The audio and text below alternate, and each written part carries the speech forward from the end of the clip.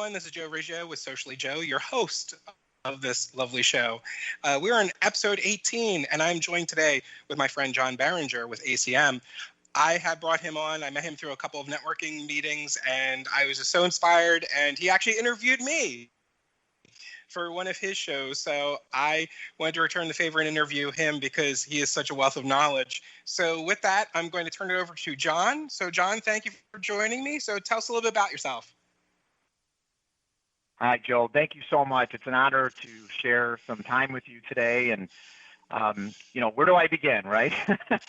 I really appreciate it. I'm someone who just started out middle class, living in Chicago, Illinois. My dad had 2 jobs, and somewhere along the line, I realized there might be something better out there, and I got the entrepreneurial bug. And fortunately, I was able to move from Chicago back in 2012 to currently where I live in Lakewood Ranch, Florida, and really enjoy it. I love working with people, helping people of really all skill sets to, improve their lives, give them the opportunity for entrepreneurialism like me, because I'm a big fan of helping people that maybe don't have the confidence or even the knowledge of even where to get started. So, John, I love that first question. It inspire me so much. But what advice to people who are just starting a new business?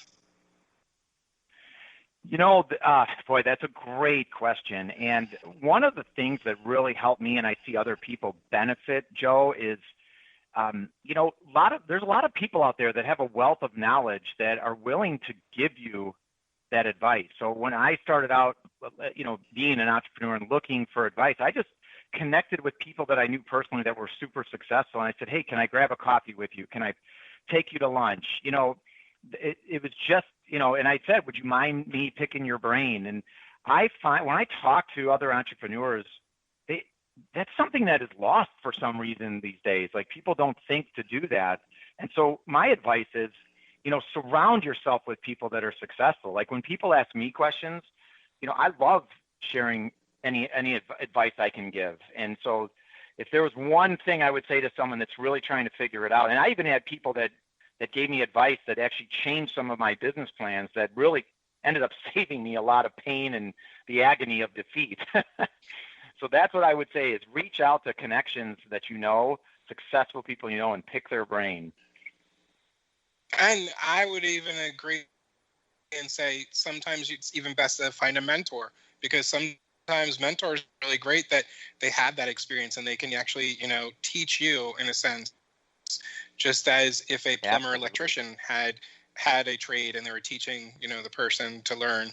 So I know what motivates you to help other people, but what keeps you motivated? Because I know how you're motivated to help other people, but what keeps you motivated in a sense every day? That's a great question, and I hope this resonates with people, because I mentioned earlier, growing up with in a middle class family where you didn't see the parents much because they were working, and just remembering that feeling of there's so much more abundance out there. And then when I went to school, came out of college just completely in debt, that feeling of having debt and that, everything, it motivated me to want to be financially free, want to, have time and money together. So every single day since I went from that point to having success, that was my motivation. But now what motivates me every single day is helping others achieve that same kind of feeling, that feeling of, I felt like someone was stepping on my chest. That's what overwhelming debt used to feel to me. And that's a feeling I never want to have again. So I wake up every day saying, who can I help today? Who can I help grow today? Who can I help get that foot off their chest? Yeah, I totally hear that. When anyone has any type of debt on them, you feel like you're cocooned or pushed in or scrunched or whatever, because you don't know when the next paycheck, and you're living paycheck to paycheck and you're trying to make things work, and it could be overwhelming stress on most people. But to have that worry-free when you wake up, you're like, what am I going to do today? Well, at least I made some money, but now I don't have to worry about anything else. I can just relax and not worry. Right. Exactly. So, so John, you did mention that you're a husband and you're a father of 3 kids. So, with that, how do you balance your work life at home with your 3 kids and your wife? Because that's, you did say they're seventh, fifth, and seventh, sixth, and fifth graders. So there got to be a lot of energy running around all the place. So tell us more. Especially because my business is work from home, and that's the growing trend. I mean, even before COVID, the growing trend was certainly people working from home, businesses from home. I mean, Joe, I remember when I started out, gosh, it was like the early 2000s. I remember people were like working from home. People said, "Oh, I don't know if I could do that. It would be too distracting and all that." But for me, how I balance everything is I call it box and shelf. Like when I tell my kids and my wife, I said, "Listen, I've got a very important call or a call. I have a Zoom call or some call. Daddy's not to be disturbed." And I go into my office. I have a home office. And I just get to work. And then when I go out, I give them the attention. A lot of people make the mistake of they have their cell phone on their pocket. They're staring at their cell phone at the kitchen table. I mean, what are we teaching our kids when we're doing that? So we have what we call disconnection times and disconnection days where, if we have a family dinner, if we're eating dinner, we turn the cell phone on on silent and I leave my cell phone in the office because I don't even want to hear it ring because it distracts me from being present to my children. And the children appreciate that. So they're not clingy when I do have a call because I'm giving the attention that they deserve when I'm with them. So that's one small example of balancing that work-life schedule. And again, it's going to keep continuing as we emerge away from this COVID.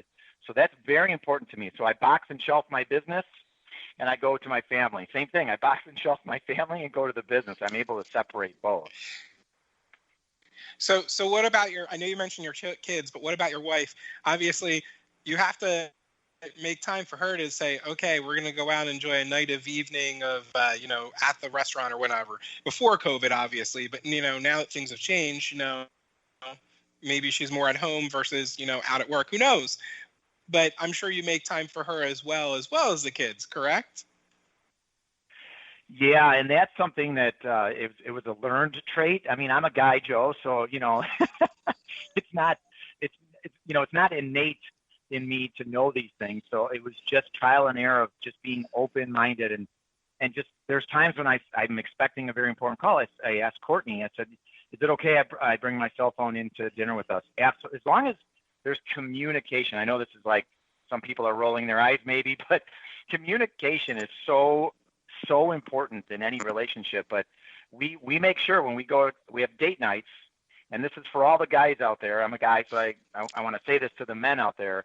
We're very, very, we need to be important to our families, spouse and children. And that as important as that is, we also need to honor our spouse and our children. And one way to do that is I turn my phone off when I have date nights with my wife at dinner.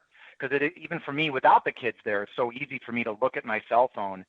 I don't care if you are an uber successful accountant, attorney, realtor. If you can't take a moment to disconnect from your business, your business owns you. You don't own your business. I don't care who or what profession you are. You have to be able to disconnect.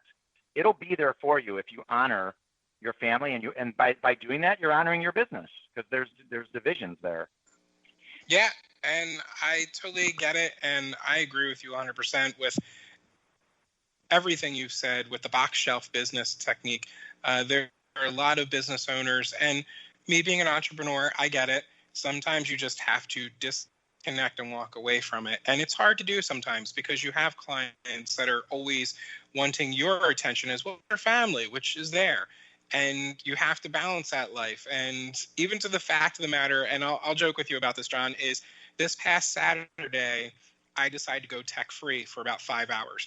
No Apple Watch, no phone, no nothing. And I enjoyed a nice afternoon with my friends at the pool. Didn't have to worry about anything. Now, obviously, when I came back and I turned on everything, you should have saw the emails and messages for people trying to get a hold of me. But the thing is, sometimes it's good to have that break of disconnection because, I see it everywhere I go, whether I'm out at a restaurant or at the mall, or doesn't matter.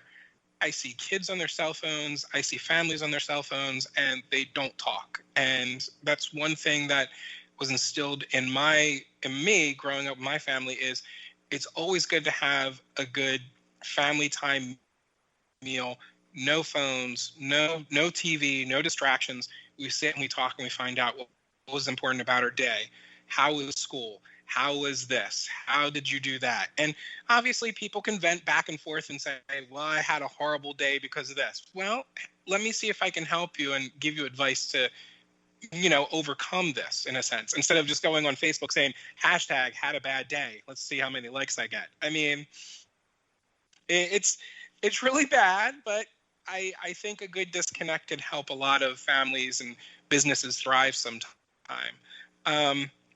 But Yeah. now that we're talking, now we're talking a little bit more. How did, and this is the weird thing too, is not every business was affected the same way, but how did COVID-19 impact your business, if it did?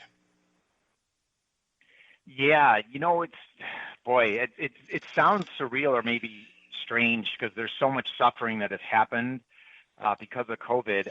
We grew in March, April, and May.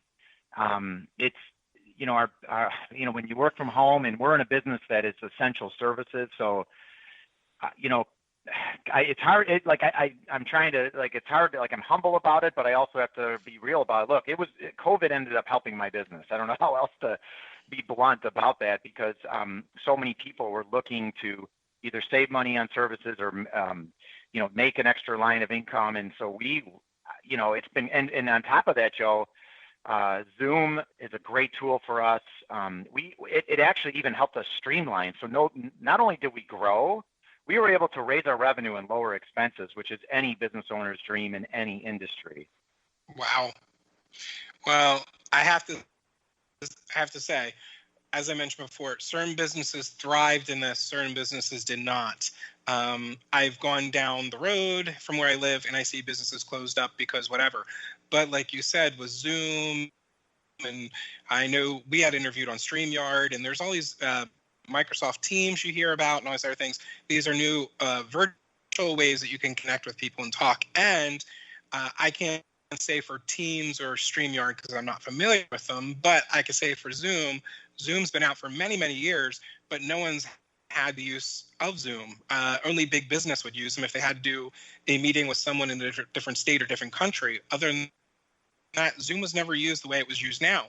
And just because of it, it has changed. These new virtual systems have changed the world of networking and marketing and growing your business and hosting parties because they never were there before because no one needed them because we were so out there. And even to the fact of, I know you said being humble because I'm trying to be humbled as well.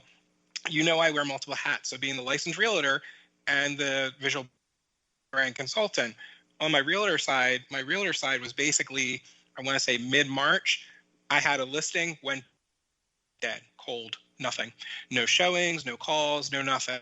So got heavily impacted. And then we went to phase 1, phase 2, where we started slightly opening up open houses again. And now we're doing virtual tours and, all these things that, once again, there's tools were here, but we never had to use them. So now we're using them for doing open houses. And now we're at the point where we're having showings coming through and all this other stuff. But basically, we're keeping everyone safe by telling everyone to wear masks, gloves, and wear wipes. Have wipes with them so they can have minimal contact in the house.